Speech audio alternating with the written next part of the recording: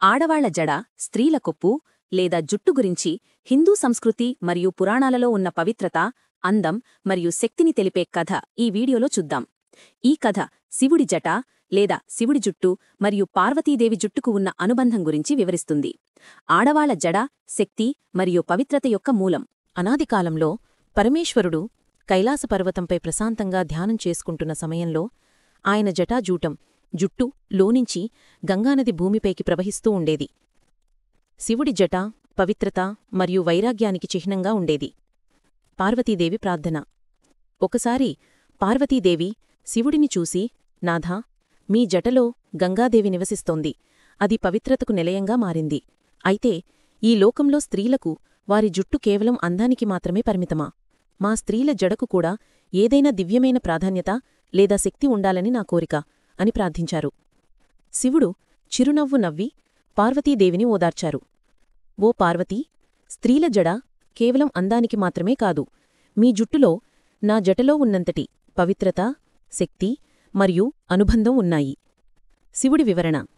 శివుడు పార్వతీదేవికి స్త్రీల జడ యొక్క నిజమైన మహత్యాన్ని ఈ విధంగా వివరించారు. శక్తికి మూలం. నా జటలో ఎలాగైతే గంగానది ఉందో అలాగే ప్రతి స్త్రీ జుట్టులో శక్తి, ఓర్పు మరియు సహనం నిక్షిప్తమై ఉంటాయి.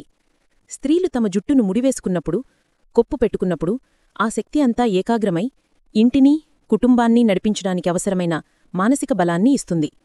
అందుకే స్త్రీలు కోపంగా ఉన్నప్పుడు లేదా బాధగా ఉన్నప్పుడు జుట్టు విరబోసుకుంటారు.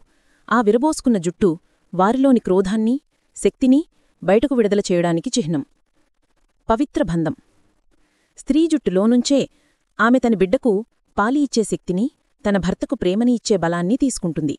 జడలో ఉండే 3 పాయలు బ్రహ్మ, విష్ణు, మహేశ్వరుల యొక్క త్రిశక్తికి సృష్టి, స్థితి, లయానికి చిహ్నంగా ఉంటాయి. అందుకే వివాహిత స్త్రీలు తమ జుట్టుని ఎప్పుడూ దైవభక్తితో, ప్రేమతో జడవేసుకుంటారు. ఆ జడ వారి మాంగల్యం మరియు కుటుంబ అనుబంధానికి ప్రతీక. పవిత్రత మరియు వైరాగ్యం. స్త్రీలు తమ జుట్టును విడిచిపెట్టి ముడివేసినప్పుడు అది వారిలోని ఇంద్రియాలను, కోరికలను అదుపులో ఉంచడానికి సహాయపడుతుంది. నా జటలో నేను వైరాగ్యం కలిగి ఉన్నట్లుగానే స్త్రీల జడలో కూడా నిగ్రహం నిక్షిప్తమై ఉంటుంది. సందేశం. శివుడి వివరణ విన్న తర్వాత పార్వతీదేవి సంతోషించారు. అప్పటినుండి ప్రతి స్త్రీ తన జుట్టును కేవలం అందం కోసం కాకుండా శక్తి, పవిత్రత మరియు అనుబంధానికి చిహ్నంగా గౌరవించడం మొదలుపెట్టింది. ఆ విధంగా స్త్రీల జడ దివ్యమైన శక్తికి మరియు వారి దాంపత్య ధర్మానికి ముఖ్యమైన చిహ్నంగా మారింది.